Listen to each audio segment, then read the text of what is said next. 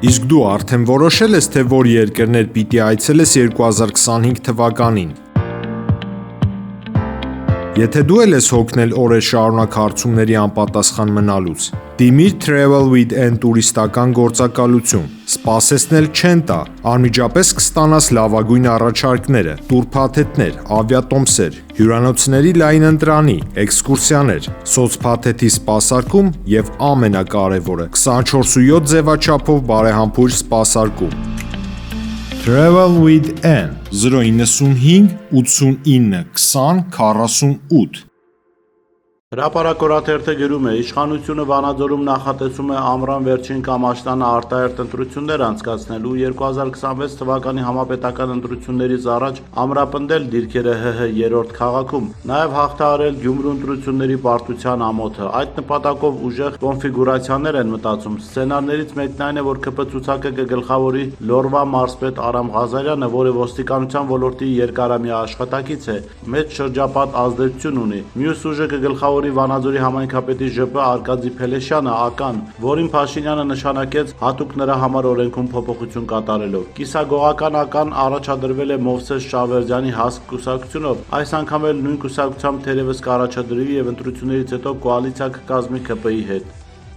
Հրապարակորաթերթը գրում է. օրեր առաջ գրել էինք, որ ԿՊ-ից հեռացված падգամավոր Հովիկ Ղազարյանը եւ նրա կուսակից Հակոբ Ասլանյանը կնախաձեռնեն վարչապետ Փաշինյանին անվստահություն հայտնելու գործընթաց։ Հիշեցնենք, որ ԿՊ-ից հեռացվելուց հետո նրանք նոր կուսակցություն են հիմնել ՄԱՍԿ-ը։ Մասնավորապես գրել էինք, որ Հայաստան Դաշնքի հայտարարությունից հետո, որ պատրաստ են իրենց 28 падգամավորի ստորագրությունը տալ, Փաշինյանին անվստահության գործընթացի մեկնարկի համար ՄԱՍԿ-ում որոշել էին առիթը բաց չթողնել։ Մենք Հովիկ Ղազարյանին 3 հարցրեցինք. նախաձեռնելու են Փաշինյանին անվստահություն հայտնելու գործընթաց։ Նա պատասխանեց, որ ուրբաթ օրը կուսակցությունը վարչության նիստ է անելու եւ քննարկելու է այդ հարցը, որից հետո կկարողանան դիրքորոշում հայտնել։ Ժողովուրդ օրաթերթը գրում է. օրաթերթը պարբերաբար ահազանգում է, որ Հայաստանի ֆուտբոլի ֆեդերացիա եւ կառավարության թեթև ձեռքով ֆուտբոլային կարիերա զարգացնելու համար շատերն են ազատվում ժամկետային զինծառայությունից։ Օրաթերթին ասած տեղեկությունների համաձայն բանակից ազատվելու հրաշալի միջոց է դարձել 2019 թվականից ստեղծված ու մինչ օրս գործող ՀՖՖ բանակի կենտրոնական մարզական ակումբ գրանցվելը։ Օրաթերթը հարցմամբ դիմել էր ՀՖՖ-ին եւ ՀՀՊՆ-ին, որտեղից պնդել են, որ սպորտում մնալու համար բանակից ազատվելու մասին ինֆորմացիան ԿԳՄՍ դաշտում է։ Ժողովուրդ օրաթերթը գրում է. վերջին տարիներին ամենահասարակ անձրևն անգամ վերացում է արտակարգ իրավիճակի ոչ միայն Երևանում, այլև Թբիլիսիում, Բաքվում, Կրասնոդարում եւ հետխորհրդային տարածքի բազմաթիվ այլ խոշոր քաղաքներում։ Խելահեղ հեղեղումներ, խցանված փողոցներ, վթարված տրանսպորտային համակարգ եւ ջրի տակ անցած տներ։ Եթե տարիներ առաջ նման պատկերներն ունենալու հավանականության մասին խոսում էին զուտ մասնագետները, ապա այսօր դրանք դարձել են գրեթե սովորական երևույթ եւ տեսանելի են բոլորի համար։ Հետխորհրդային շրջանում սկսած ազատ շինարարություն հաճախ արվել է առանց պլանավորման եւ ենթակառուցվածքների հետ համապատասխանեցման։ Գրեթե ամենուր բնակչությունը սկսում է կենտրոնանալ մայրաքաղաքներում, դարձնելով այդ քաղաքները խիստ անհարմարավետ կյանքի համար։ Ժողովուրդ օրաթերթը գրում է. պաշտպանության նախկին նախարար Դավիթ Տոնյանի դեմ հարուցված քրեական գործը հակակոռուպցիոն դատարանում առաջիկայում կմտնի ճառերի փուլ։ Ըստ օրաթերթի ասած տեղեկությունների այս ընթացքում դռնփակ նիստում մեղադրյալների պաշտպանները պնդել են, որ փորձաքննության հանձնված հրթիռների եզրակացությունը խիստ կասկածելի է ու անարժանահավատ, ուստի միջնորդել են հրթիռները նորից փորձաքննության ենթարկել։ Հրապարակորաթերթը գրում է. վարչապետի աշխատակազմից խուսափում են հայտարարել Նիկոլ Փաշինյանը մասնակցելու է մայիսի 9-ին Մոսկվայում կայանալիք շքերթին, թե ոչ։ Միայն ԱԺ նախագահն է կարծիք հայտնել, թե ճիշտ կլինի, որ Փաշինյանը մասնակցի։ Մեզ ասացին, որ հապաղումը պայմանավորված է ոչ այնքան ԿՊ-ի մարգատարակարծություններով, քանի որ սորոսականները դեմ են Մոսկվա գնալու, որքան արտաքին գործընկերների սպառնալիքներով, որոնք հայտարարել են, որ շքերթին որևէ ղեկավարի մասնակցությունն անհետևանք չի մնա։ Փաշինյանի վիճակն ավելի է բարդացել այն բանից հետո, երբ իրենց մասնակցությունը չեղարկեց Հնդկաստանի, Հունգարիայի, Սլովակիայի վարչապետերը, Կայա Կալասի եւ Զելենսկու սպառնալիքները ըստ էության արդյունք են տվել։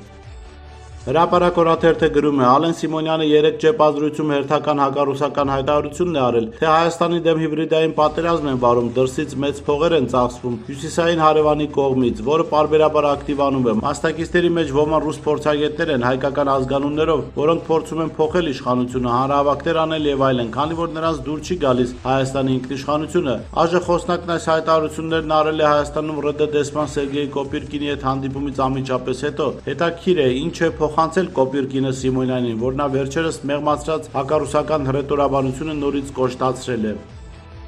Փաստորաթերթը գրում է. օրերս Նիկոլ Փաշինյանը սոցցանցի իր էջում տեսանյութ է հրապարակել եւ գրել. կրթվել է Նորաձև է, Նոյեմբերյան համայնքի Բերթավան բնակավայրում։ Մեր ունեցած տեղեկություններով կրթվել է Նորաձև շարժման շրջանակներում հերթական հանդիպումը տեղի է ունեցել մայիսի 3-ին Նոյեմբերյան համայնքի սահմանամերձ Բերթավան գյուղի գեղագիտական կենտրոնում։ Հանդիպման մասնակիցները մեզ հետ զրույցում նշում էին, որ իրենցից նախապես հավաքել էին բջջային հեռախոսները, պայուսակների մեջ եղած իրերը, օծանելիքը եւ այլն, որոնք հանդիպումից հետո վերադարձրել են։ Այն, որ Նիկոլ Փաշինյանը վախեցած է, ուր նրա յուրաքանչյուր այց ուղեկցվում է անվտանգության աննախադեպ ծայրահեղ միջոցառումներով, նորություն չէ, այստեղ այլ հարց է առավել էական, թե այսքան ավերից հետո նույն նոյեմբերյանի տարածաշրջանում տարածքների հանձնումից հետո ինչն է դրդել այս տարածաշրջանի բնակիչներին մասնակցել Փաշինյանի իբր կրթական արշավին։ Փաստորաթերթը գրում է. երկրորդ նախագահ Ռոբերտ Քոչարյանը ապրիլի վերջին հանդիպել էր հայկական համալսարանի ուսանողների եւ դասախոսների հետ եւ պատասխանել նրանց հարցերին։ Երկրորդ նախագահի էջում տեղադրվել էր հանդիպման մասին հարցուպատասխանի 1 ժամանոց տեսանյութ, որը տարբեր լրատվամիջոցներ հրապարակեցին թե ամբողջությամբ, թե հատվածաբար։ Հիշեցնենք, որ 2 տարվա փաստացի լռությունից հետո Ռոբերտ Քոչարյանի նախորդ ասուլիսը մեծ արձագանք էր ստացել։ Փաստն այն ժամանակ ուսումնասիրություն իրականացրեց, հասկանալու համար հետաքրքրության աստիճանը նախկին նախագահի նկատմամբ։ Այս անգամ մեր դիտարկումները ցույց տվեցին, որ երկրորդ նախագահի հետ հարցուպատասխանը, որն ամբողջությամբ հատվածաբար տեղադրել էին News.am 5-րդ ալիք 168.am 24 News, Երևան Today, Երկիր.am, Հայելի.am, Առավոտ.am, Պոլիտիկ.am կայքերում, ինչպես նաև Քոչարյանի պաշտոնական սոցիալական էջերում ընդհանուր առմամբ ունեցել են ավելի քան 2.5 միլիոն դիտում։